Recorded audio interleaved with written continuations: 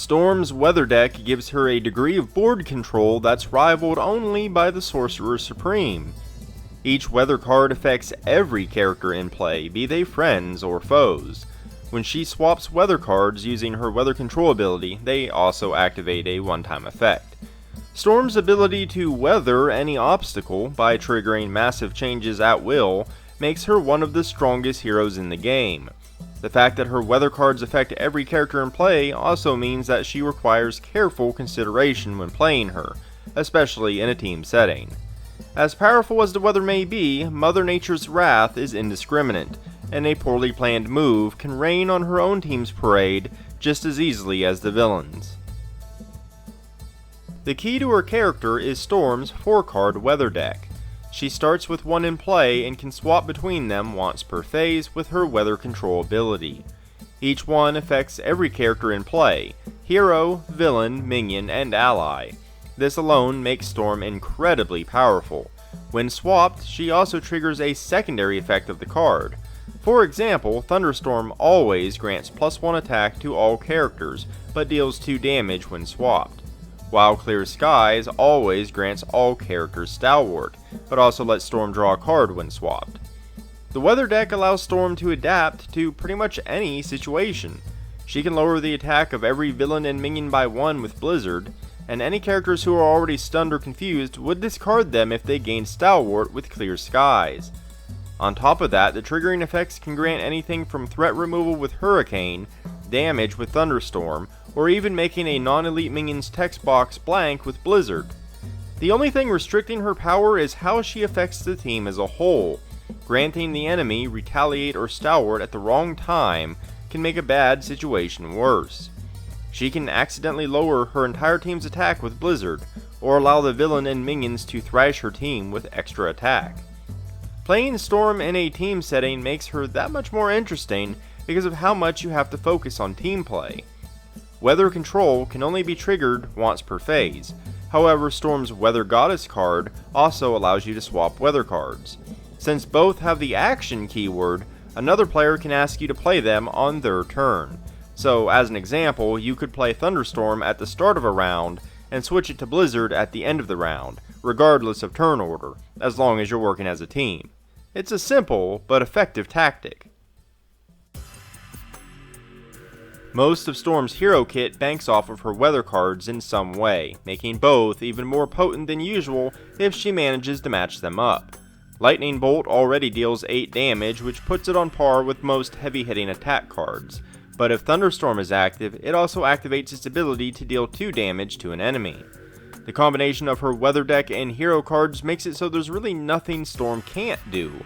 She has damage covered through a Lightning Bolt-filled Thunderstorm, she can remove threat with Torrential Rain and Hurricane, and she negates attacks with Flash Freeze, especially when combined with Blizzard. If that weren't enough, she can also deal 3 damage to the villain and every minion engaged with a player, and activate her weather effect while doing so by using Blast of Wind.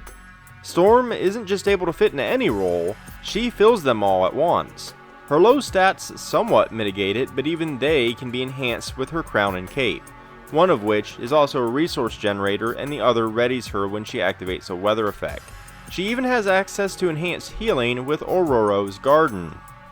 Power creep has definitely become an issue in Marvel Champions, and Storm doesn't bother creeping. Her power floods the game in a way that can't be ignored.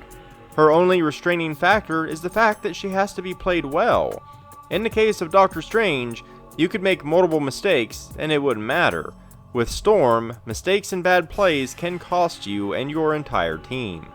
The fact that you wield immense power but can accidentally blow yourself up with it does make Storm a more interesting hero to play, as opposed to an overpowered hero who pretty much pilots themselves. Unsurprisingly, X-Men receive additional support in Storm's pack, this time with a focus on leadership. Uncanny X-Men might actually break Cyclops' leadership decks beyond repair. Lowering the cost of X-Men allies by 1 is going to be a massive economical boon. Leadership training is nifty because of its versatile nature.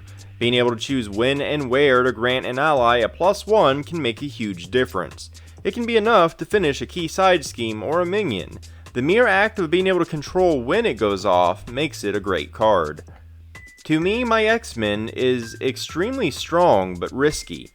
Getting to play and use an ally is huge, especially because put into play effects would still go off. Then it goes to your hand, completely negating the cost of To Me, My X-Men. But if there isn't an X-Men in your next 5 cards, it's going to be a waste altogether. Forge is a nice basic ally that also fetches an X-Men or X-Force support. It's a nice way to dig out X-Jet or Cerebro. My continued annoyance with reprints featuring new art continues, this time with Endurance. The only thing worse than a reprint is one that makes my collection messier. Overall, the new aspect cards are pretty great.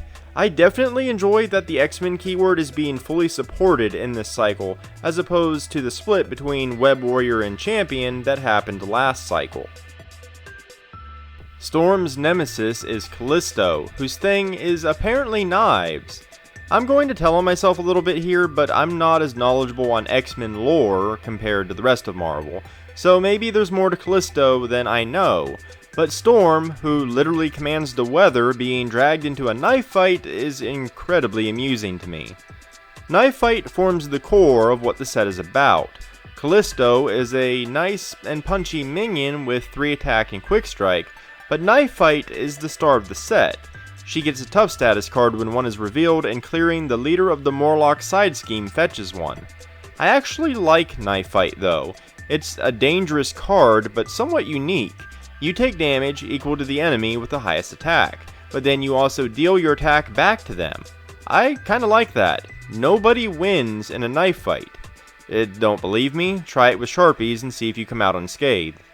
It's a solid Nemesis set with a pretty neat gimmick. Storm comes with fewer aspect cards in place of a new encounter module, the Shadow King. The Shadow King is all about taking control of your allies with Possessed. The thing is, 2 encounter sets already exist that do something similar. Enchantress and Legions of Hell both deal with that concept. Now, each of the sets handles it slightly differently. In Shadow King's case, he can't take damage while a controlled minion is in play. Now, and it's a solid set to be sure. Anything that targets ally cards specifically is great in my book, but when a set is taking up aspect card space, I'd like to see it be a bit more unique than a slightly different spin on 2 already existing sets. Storm definitely crosses the line into being overpowered. However, her design and weather card mechanism is extremely unique, and as strong as she is, you can still lose if you play her poorly. She requires a lot of coordination in multiplayer, and while some heroes have dabbled in team play, it's really not optional with Storm. Playing her feels like you command the weather, and all that power, intensity, and danger that comes with it. That said, I do take issue with some of her weather cards and how they fit thematically into the game. The fact that weather cards affect everyone is great. Weather is indiscriminate, and if she makes it rains on everyone. I get why Blizzard lowers attack power, and I can even reason that Clear Skies gives you Stalwart by making everything visible and breathing easy. I do not understand how a Hurricane makes everyone retaliate, or how a Thunderstorm would give everyone a +1 attack. Her thematic design feels a bit sloppy in that regard. Theme aside, even though Storm is indeed fun to play, power creep in any form is not a good thing in a game like Marvel Champions. It has consequences for existing content and future content still in the design phase. Wielding Storm's power at least sidesteps the issue of trivializing the challenge, simply because of the effort required not to screw your team over in multiplayer. An experienced player can and will be the star of the show, however. If you enjoyed this video or found it informative, consider liking and subscribing. It really helps me out a great deal and helps boost my visibility on YouTube. I've also left several links down in the description below, including to my website where you can find the bulk of my written content, but also to my Patreon, Twitter, Instagram, Ko-fi, and more. But in any case, thanks for watching, and until next time.